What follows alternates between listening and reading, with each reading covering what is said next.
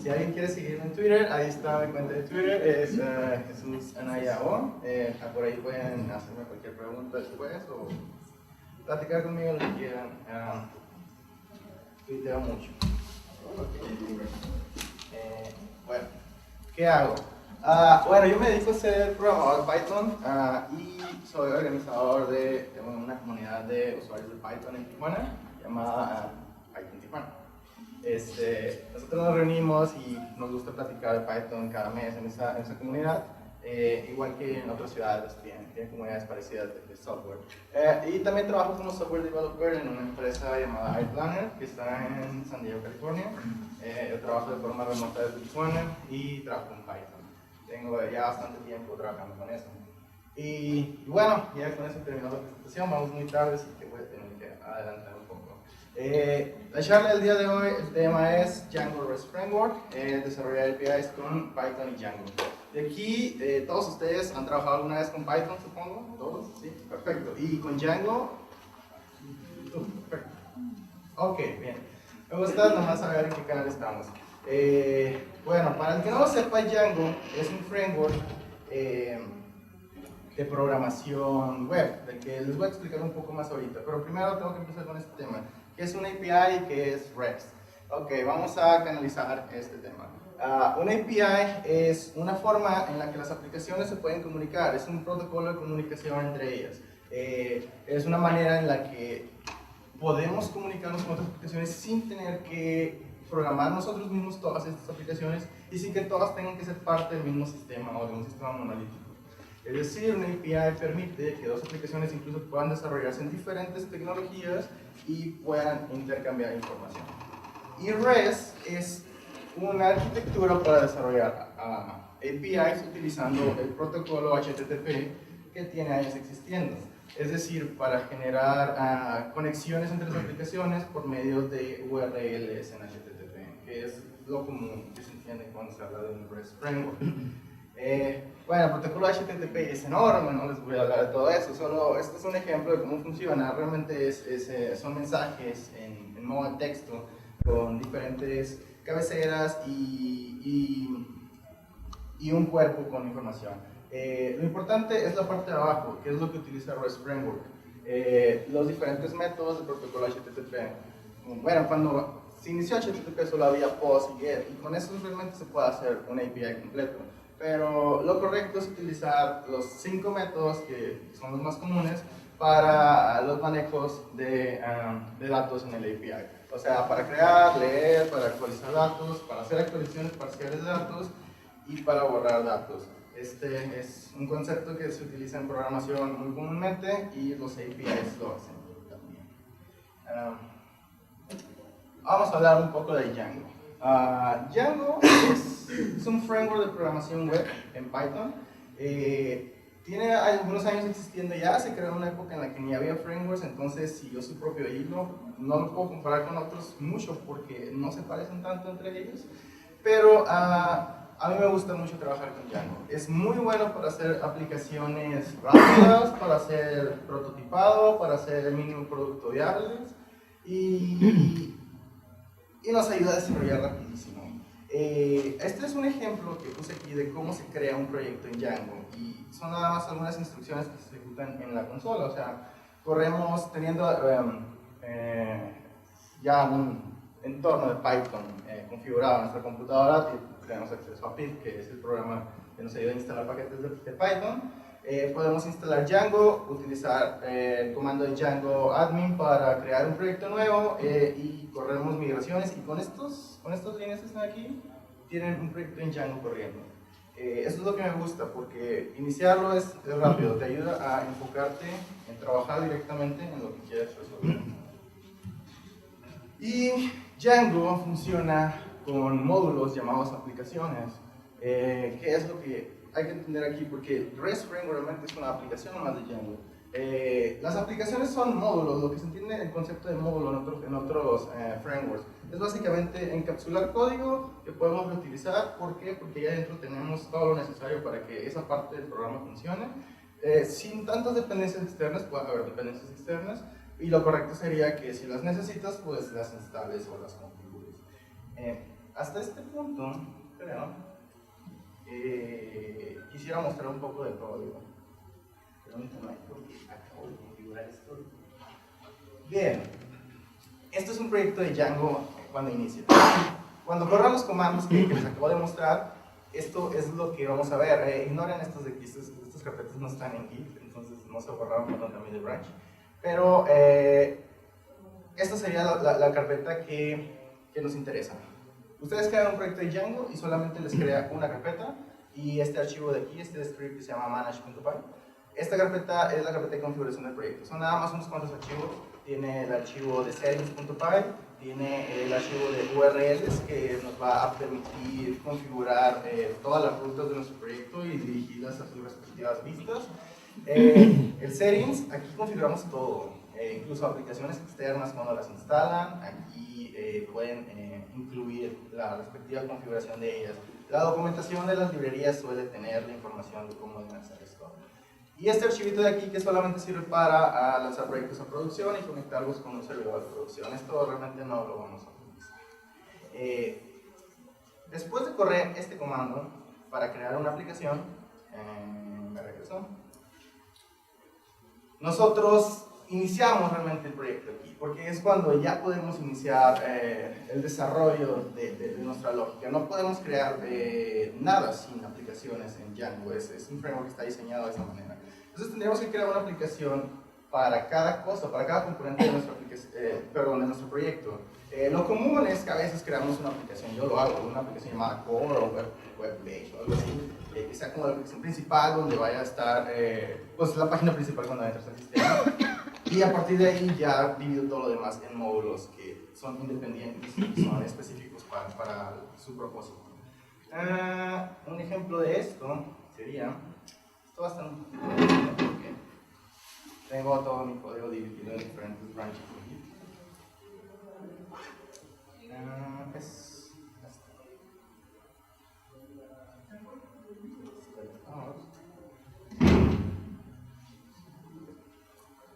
Y aquí ya creé una aplicación, yo creé una aplicación llamada Accounts, que tiene estos archivitos de aquí, que son los archivos básicos que vamos a tener siempre que creamos un proyecto, pero una aplicación nueva en Django. Lo que quiero mostrar es esto, este de aquí. Este es el único cambio que hice en esta aplicación. Realmente no voy a mover mucho porque estoy utilizando el modelo de usuarios que Django ya me provee. Es otra cosa que me gusta de Django, ya tiene básicamente todo incluido. El sistema de sesiones, el sistema de usuarios, es algo que no tienen que programar y nada más lo reutilizan. En este caso, como yo voy a crear una API, necesitaba una manera de loguearme en el sistema. Regreso un poco a las APIs. Cuando trabajan con una API, una aplicación cliente-servidor, normalmente todas las aplicaciones que tienen su teléfono son aplicaciones clientes y el servidor pues es lo que no ven, ¿no? Lo que está al otro lado. Todo se hace en el servidor, o sea, el sistema de login, cuando ustedes se loguean, se crea la sesión en el servidor. Cuando ustedes crean un post en Instagram, por ejemplo, todo eso ocurre en el lado del servidor. La aplicación en sí está vacía, esto no hace mucho, solo guarda aquí un poco de información y ya, no tiene gran lógica lo que ocurre aquí. Entonces, para iniciar el API y para poder trabajar con él, lo primero sería crear un sistema de autenticación para que nuestra aplicación cliente pueda generar pueda loguearse en el servidor y generar sesiones de los usuarios que tenemos creados. Entonces, yo lo que creé aquí, no lo tienen que entender todo todavía, pero lo vamos a ver. Es una vista que me ayuda a crear usuarios y otra vista que me ayuda a obtener la información de los usuarios. Lo primero que necesito es crear usuarios. Esta aplicación la vamos a consumir con este cliente de aquí que sirve para hacer pruebas, llamado Postman, a mí me gusta mucho. Y cuando creamos una vista de este tipo, configuramos un path en los paths de Django y yo le puedo decir, oye, cuando hagas una llamada al request, pero cuando hagas un request a la URL, create user, ejecuta la vista create user. Y esto se va a hacer por medio del método post. Entonces, en Postman nosotros podemos decirle cuál de los métodos de HTTP queremos utilizar, a qué URL queremos apuntar y qué información vamos a enviar, ¿no? En este caso, yo solamente quiero enviar el body un usuario nuevo. Así que aquí voy a crear un usuario que se llame demo user 2, porque ya creé uno hace rato, y con la contraseña súper segura del 1 al 8. Entonces, cuando yo envío este request, el servidor recibe el mensaje, lo procesa y me envía la respuesta que yo le programé que me enviara, que es únicamente el ID y el usuario, y solamente para confirmar que el usuario se creó. Entonces, a partir de esto, el cliente actúa. La lógica del cliente siempre, de la aplicación cliente que se desarrolla, siempre es en base a cómo interpretar las respuestas del servidor y tomar otras acciones. El servidor realmente no sabe lo que el cliente está haciendo y no le interesa, él solamente recibe peticiones y es lo correcto, es lo normal. Por eso, los APIs siempre se tienen que hacer pensando en que cada una de las funciones que desarrollen van a estar siendo usadas por múltiples usuarios al mismo tiempo. Y ese es uno de los retos más grandes del desarrollo de backend. Cómo hacer esto sin que el servidor se caiga. Entonces, en este ejemplo yo creé un usuario y si quisiéramos validar esto, una de las ventajas que tenemos de utilizar Django es que tenemos un sistema de administración listo. ¿Sí? Permíteme entrar al servidor de Django. Y este servidor realmente no tiene mucho, solamente tiene los APIs funcionando y el sistema de administración de Django. El sistema de administración de Django es una maravilla. Nos permite administrar todos los modelos, todos nuestros datos en la base de datos sin tener que meternos a un cliente de bases de datos. Aquí podemos configurarlo todo y de hecho se puede configurar al punto de que los usuarios del sistema lo puedan controlar. Aquí yo tengo acceso a mi modelo de usuarios, que sería mi tabla de usuarios en la base de datos, y todos los usuarios que se han creado. Como yo tengo en este momento permisos de super user, pues puedo verlo todo, pero los permisos también se pueden configurar en Django y los van a pasar. Mi usuario nuevo que acabo de crear sería demo user 2, está aquí, dice que existe, está activo, pero no tiene permisos de estar. Está bien, es lo que quiero. El segundo punto, perdón si me pierdo un poco, pero cuando hablo, te hago un desastre en mi cabeza.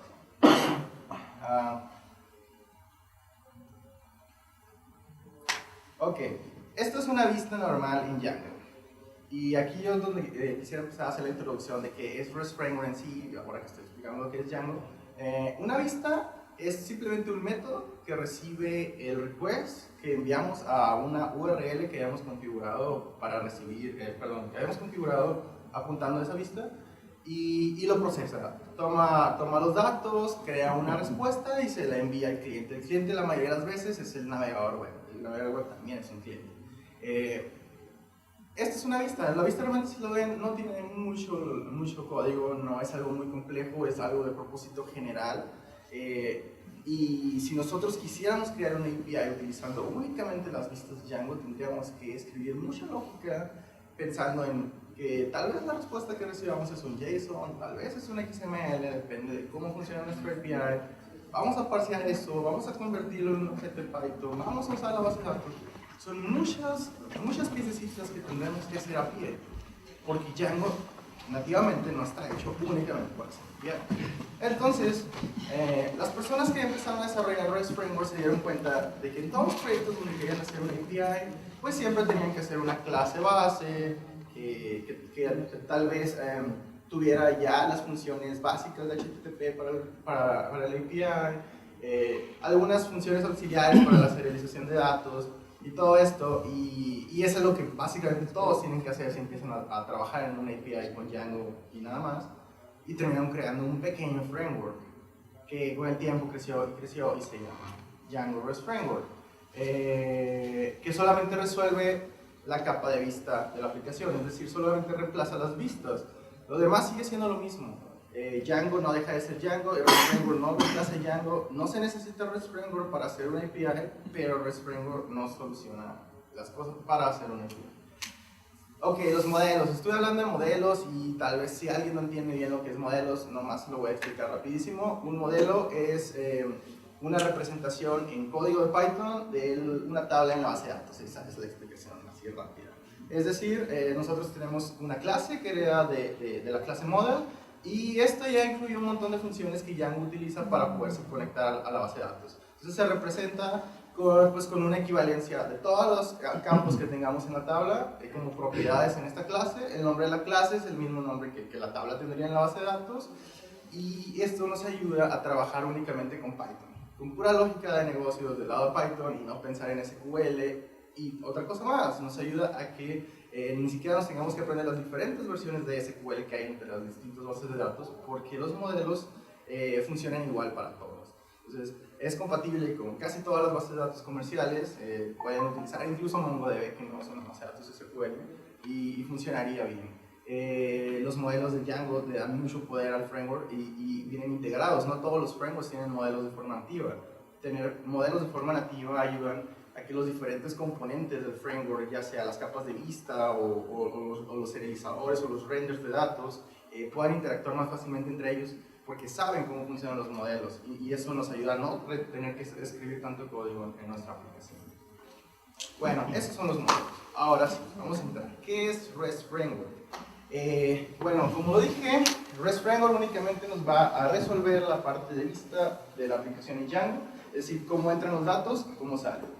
Nos va a dar un montón de herramientas necesarias para eso, para parsear los datos, para serializarlos, para incluso manejar un poco la seguridad, porque en una API la seguridad es distinta en una aplicación normal donde se envían cookies por lo general, o sea, el usuario se loguea con un password. En una API lo común es que la sesión se inicialice con un token de sesión o algo por el estilo, o una API que funcione con no-out. Hay muchos tipos de formas de iniciar una sesión en una API, y no siempre le puedes pedir al usuario el password para cada request. Imagínense que Instagram les pidiera el password cada vez que quieren subir un post, pues ya no lo usarían. Entonces, Instagram necesita una manera de saber que ustedes son el usuario y que están logueados y que tienen permiso para eso. Eso se hace a través de un token de sesión, y es algo que REST Framework nos ayuda a resolver. Introducción a una API con una pantalla de login. Ok, vamos a empezar el demo que tengo preparado aquí, explicando un poco del código que hice para desarrollarlo, y este primer paso lo que hice fue que, utilizando el módulo de users que incluye Django, hice la vista, lo que les mostré hace rato, la vista para crear usuarios, pero también creé una vista para loguearme, que me ayuda a obtener el token de sesión que yo posteriormente puedo seguir utilizando en los futuros requests sin tener que volverme a loguear. Y esto es por una razón. En sí, en todas las aplicaciones web, cada request que hagan es único. Es decir, para el servidor no hay diferencia entre request 1, 2 y 3. O sea, si ustedes envían 3 requests seguidos, el servidor no sabe que son ustedes los que envían los 3 requests seguidos, a menos que haya algo que se los diga. ¿Por qué? Porque a lo mejor esos 3 requests que se enviaron, hay en medio uno que viene de otro usuario. El servidor nada más está hecho para resolver todos los que le lleguen, enviar todas las respuestas y listo. Las sesiones es lo único que les ayuda a validar, es decir, los requests no tienen estado, no hay manera de guardar ahí el usuario, ya sea a través de distintos métodos de sesión, ya sea sesiones por cookies. El mismo servidor tiene alguna manera de tener las sesiones guardadas en memoria para que sea un poco más rápido y no estar leyendo todo el tiempo la base de datos. Y sesiones por token, que es lo mismo, es nada más una manera de decir, ok, me llegó este token, es válido, todavía se puede usar, corresponde a este usuario, entonces voy a pensar que es este usuario y lo logueo. Así funcionan los requests. En este ejemplo que quiero mostrarles, yo creé una aplicación que no está hecha en Django, que no está hecha en Python, que está hecha en Node.js, y se llama InstaPhotograph. Es una aplicación original, y como sé que nunca han visto algo así, les voy a explicar lo que es. Esta aplicación me ayuda a compartir fotos con mis amigos y publicar pies de páginas con frases motivacionales en mis fotos. Entonces, yo puedo, por ejemplo, poner mis fotos de mis vacaciones de la semana pasada en Valle de Bravo. Ese soy yo, y puedo crear unos posts. Esta aplicación funciona, es completamente funcional, solo tiene un problema: el backend no sirve, no hay backend aquí. Esta es una aplicación en JavaScript. Este es un cliente, es un ejemplo de un cliente. Esto podría ser una aplicación móvil también, pero en este caso, y por la simplicidad del código y porque no me sobra el tiempo para hacer demos, pues la hice en JavaScript porque es más rápido. Solo quería recalcar eso. Miren el puerto incluso, el puerto en el que está corriendo es el de 8080 y mi servidor de Django está corriendo en el puerto 8000. Esto significa, o sea, para un sistema de redes, esto está corriendo en dos diferentes dominios. Ni siquiera es el mismo en sí. Y necesitan comunicarse entre ellos. Entonces aquí el demo se va a tratar como paso a paso voy a ir creando el backend para que esta aplicación funcione y podamos consumirla. De hecho, si yo recuerdo la página, porque esta aplicación está cargada en memoria, ya no funciona, porque no hay backend, como se los dije. Lo que voy a hacer aquí es que voy a hacer un logout, que esto lo hace también del lado de JavaScript, y listo, tendría que crear un usuario nuevo. Para que el usuario nuevo pueda ser creado, pues necesito el endpoint que crea el usuario que ya funciona.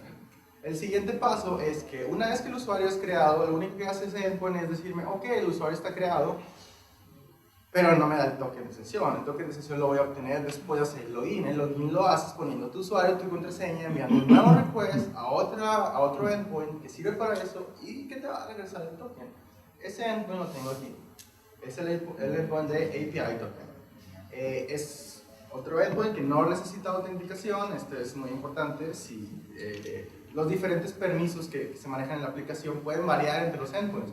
No le puedo pedir autenticación al endpoint que me da la autenticación, porque no podría usarlo. Entonces, este endpoint es público, cualquiera puede hacer request a él y funcionaría si el usuario es válido. En este caso me pide que le envíe un usuario, ¿no? Yo le voy a poner el usuario Patito, que no existe. Voy a hacer un request a él y me va a decir que no me puede dar las credenciales para ese usuario. El usuario Patito no existe. Pero el usuario que creé llamado demo user 2 sí existe. Y ahí está el token que me genera. Entonces, con este token yo ya le puedo decir al backend en mis siguientes requests que soy este usuario, soy el usuario demo user 2 y que confíe en mí. Este tipo de token se llama bar token, que es el mismo concepto de los bar checks de los bancos, de que básicamente confía en la persona que, bueno, el cheque del portador confía en la persona que tiene el cheque, no está el nombre de nadie. El token es igual, confía en la persona que tiene el token y ya. Por eso es muy importante que nunca jamás copien código JavaScript en la consola cuando tengan su sesión de Facebook abierta, porque lo único que hacen es enviarle su token de sesión que está guardado en su computadora a un servidor de extraños para que esta persona lo tenga y diga, ah, ok, ya con ese token de sesión se puede loguear, no necesitan su contraseña, solo necesitan su token de sesión, eso es lo único. La contraseña, como se los voy a mostrar, solo sirve para así que si su contraseña es así de alfanumérica de 12.000 caracteres, no sirve de nada si no proporciona su token. El siguiente paso es que yo pudiera hacer una llamada al endpoint, de los posts para que me regrese todos los posts que he creado. Y esto lo haría con el método get, pero con una diferenciación de los otros endpoints. Este sí corre bajo un entorno de sesión, entonces yo necesito loguearme, por lo tanto necesitaría decirle a la aplicación que confíe en mí. Pero primero necesito crear ese endpoint, ¿no? Siguiente paso, vamos a hacer otro checkout en Git al siguiente paso. Voy a crear la aplicación de los posts para poder postear en mi aplicación. Pero para poder postear, sí, en mi aplicación web. Cuando creas la aplicación te genera los mismos archivos. Todas las aplicaciones de Python tienen una estructura similar de Django tiene una estructura similar y eso está bien para la reutilización de código, para la fácil integración y todo. En este caso yo sí tuve que crear modelos porque esta es una aplicación que estoy creando de cero, ¿no? Mi modelo es esta es mi tablita en la base de datos, es una tablita para guardar todos los posts que estoy creando con su título, su descripción, el número de likes que va a tener mi foto y pues a quién le pertenece, ¿no? Una relación con el usuario. Incluso manejar las relaciones con los modelos de Django es súper fácil porque solamente lo creo como un tipo de campo más y ya todo el tema de las llaves foráneas de la base de datos está resuelto. La vista es esta, nada más. Notan un poco de diferencia entre esta vista y la anterior donde prácticamente solo usé REST Framework de forma muy simple, pero yo tuve que crear la lógica. Esto es básicamente lo que tienes que hacer en todos los endpoints si solamente usas Django. En este caso, esto es lo que tuve que hacer, y este endpoint sirve para regresarme todos los posts y para crear posts nuevos. Hace todo esto y no tuve que escribir nada. Solo tuve que heredar de la clase listCreateAPIView, que sirve para generar listas y para crear elementos. Esta clase me pide que la configure. Esto es todo lo que tengo que hacer. Para configurarla, lo único que tengo que hacer es pasarle un query set inicial del modelo, que es un query que siempre se va a ejecutar junto con los queries que REST Framework haga. Y este query es importante inicializarlo porque aquí incluso puedo poner cosas de seguridad. Puedo decirle que nada más me regrese los objetos que le pertenezcan al usuario que está actualmente logueado. Puedo hacer varios tipos de filtrados. En este caso le estoy diciendo que me devuelva todo. Aquí no voy a filtrar nada porque estamos iniciando el proyecto. Luego me pide que le dé un serializador, y este es otro concepto que me gustaría explicar rápido. Un serializador es solo un intermediario entre el objeto que vamos a enviarle desde la aplicación, o sea, un objeto JSON, una imagen, un objeto XML, que todos esos objetos no son objetos de Python, son strings básicamente, es texto lo que enviamos, o de plano un archivo binario.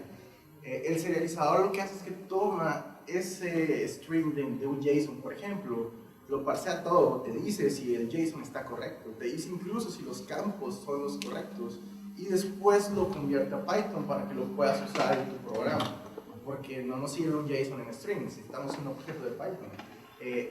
Después incluso hace lo opuesto a eso, toma el objeto de Python y lo puede convertir a un JSON que nuestra aplicación de JavaScript necesita para funcionar. El serializador es el intermediario entre la vista y el request. Es muy útil, se utiliza para hacer validaciones de datos, para hacer serializaciones, e incluso aquí se puede poner un poco de lógica para calcular datos, porque el API no tiene que ser un reflejo tal cual de nuestra base de datos. O sea, no vamos a regresar los campos tal cual, no tenemos que regresar los campos tal cual se llama la base de datos, sino únicamente los XName. Un ejemplo es que yo puedo tener un campo llamado first name y otro llamado last name, y puedo regresar un full name o un name nada más, que mezcle ambos, no tengo que enviarlos por separado. La aplicación que lo consume no tiene que saber que la base de datos tiene esos dos campos por separado, no le importa, solamente funciona así. El serializador nos ayuda con eso.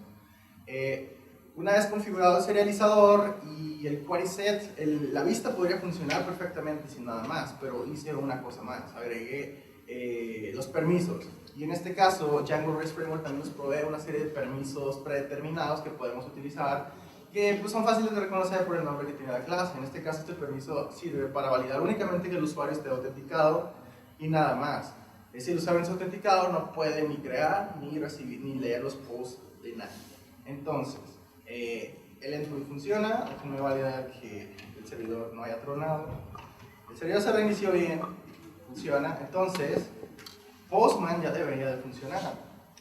Voy a enviar el request y me dice que no tengo permisos para ver ese endpoint. ¿Por qué? Pues porque no creé una manera de decirle al backend que soy yo, que soy un usuario en el que puede confiar. Entonces, la manera en la que funciona el tipo de autenticación que estoy usando es por medio de un header en el request, que se tiene que llamar así. Ese es un protocolo. Tiene que llamar authorization. Después le tengo que pasar un string que sea la palabra token, así tal cual, espacio, y el token de sesión que podría usar, que es este de aquí. Así que lo voy a copiar, lo voy a poner aquí. Y ahora sí voy a hacer el request de nuevo. Bueno, algo estoy haciendo.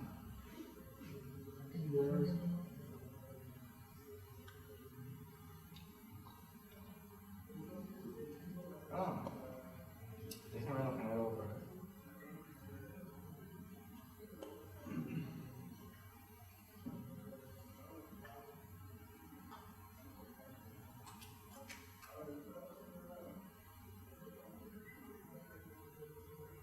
This one is a similar authorization. ¿Verdad? Headers, authorization. ¿No? ¿Este? No. Sí. Sí, sigue poniendo. Gracias. Perdón, ahí está, prueba de configuración. Ok, listo. Lo que estoy haciendo aquí es enviar un nuevo request con el header de authorization, el token que acabo de crear, y ahora sí me deja leer todos los posts que he creado. Pero si se fijan, yo no he creado ningún post para este usuario. Me regresó todos los posts que existen en la base de datos, y este puede ser un bug muy crítico.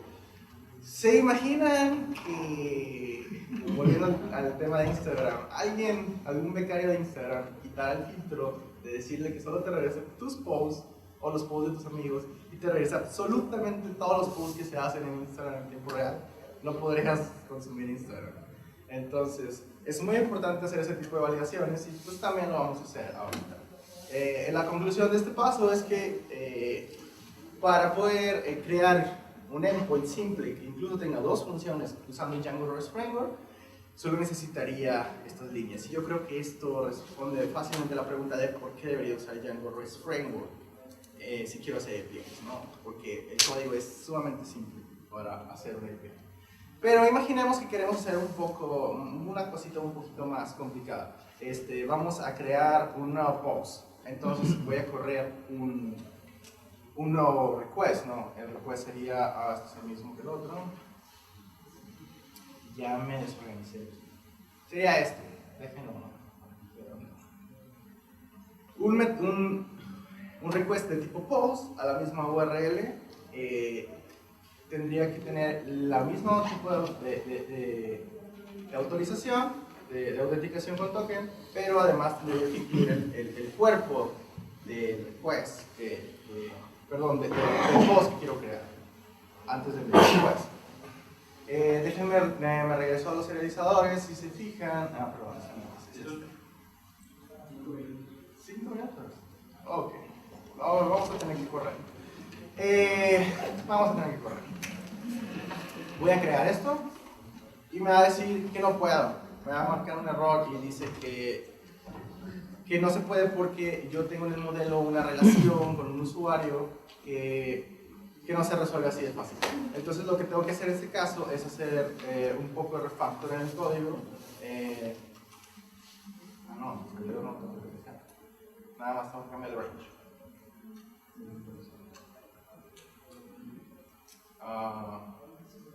Listo. Y me regreso a la vista. Tuve que hacer un refactor y decirle, por seguridad yo no puedo enviar el ID del usuario, no debería, porque entonces cualquier persona puede enviar cualquier ID de cualquier usuario y crearle post a otra persona. Entonces toma el ID del usuario que está actualmente logueado y asignaselo a ese post. Entonces al hacer este refactor ya me deja crear un post nuevo y le asigna el ID del owner al ID del usuario que tengo logueado en ese momento. Entonces, esta es una medida de seguridad muy común de que hay datos críticos que no se deben de enviar en un request y que el backend no debería de resolver. El siguiente branch, vamos a ver si acabamos esto. Sería para manejar el concepto de CRUD-View, que es, vamos a crear todos los métodos necesarios. Entonces, eso lo podemos hacer agregando una nueva vista que resuelve el resto de los métodos y que me pide la misma configuración, pero esta ya se va a enfocar en un objeto en particular y lo va a actualizar, va a cambiarle datos, lo puede borrar incluso, y eso lo podría resolver en este endpoint de aquí, donde puedo crear un post que hay acá, no, este de aquí, el ID es 17. Y ya con eso, saben que esta pantalla está muy pequeña y no me deja ver los otros tabs. Voy a ir cerrando esto.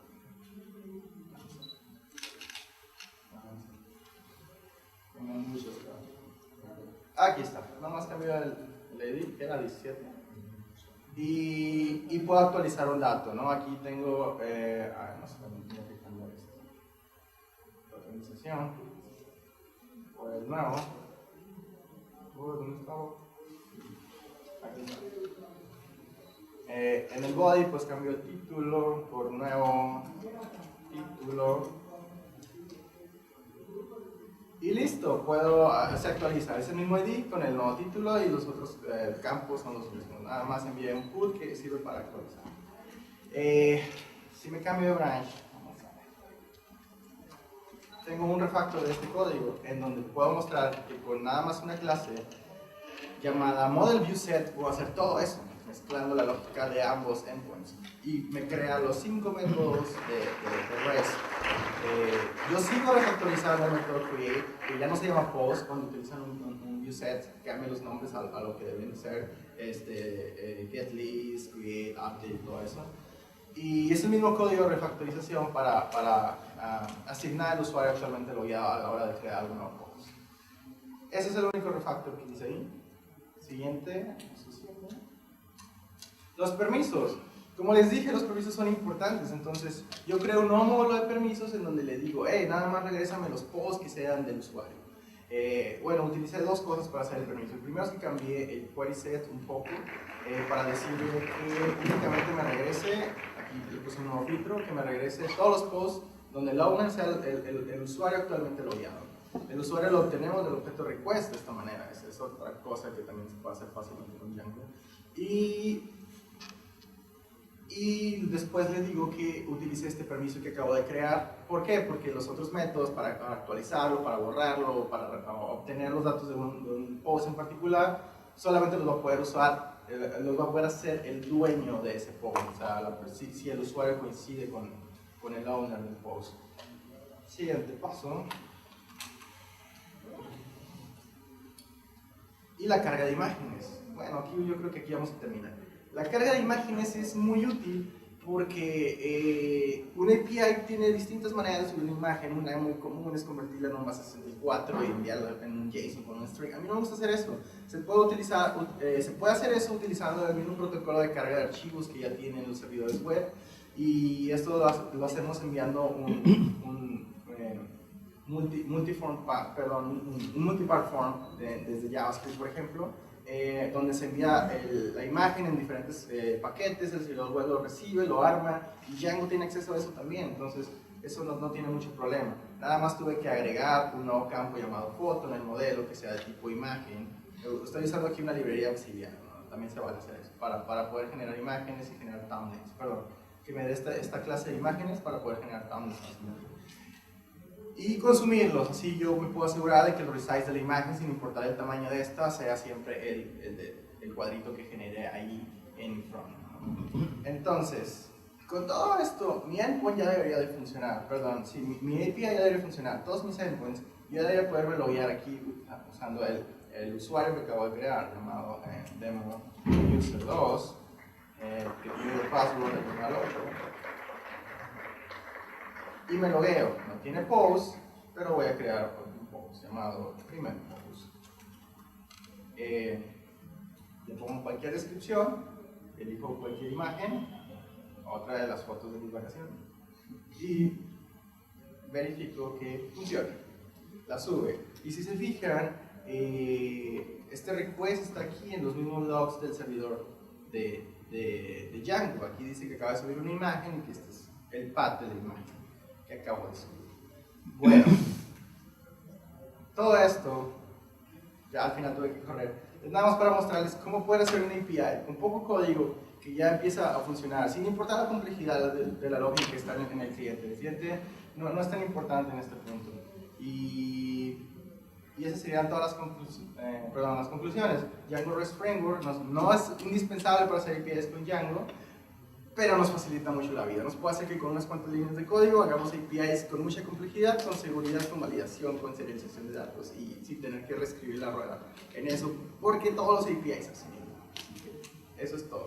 Mis datos de contacto para cualquier cosa, me pueden agregar a Twitter, enviar un correo, o pueden entrar al sitio de pythontijuana.com y ser parte de la comunidad de Python, aunque sea de forma remota. Entrar a la comunidad de Python Tijuana, aunque sea de forma remota, y discutir en nuestro grupo de Facebook de Python. Pueden preguntarnos. Eso es todo. Muchas gracias.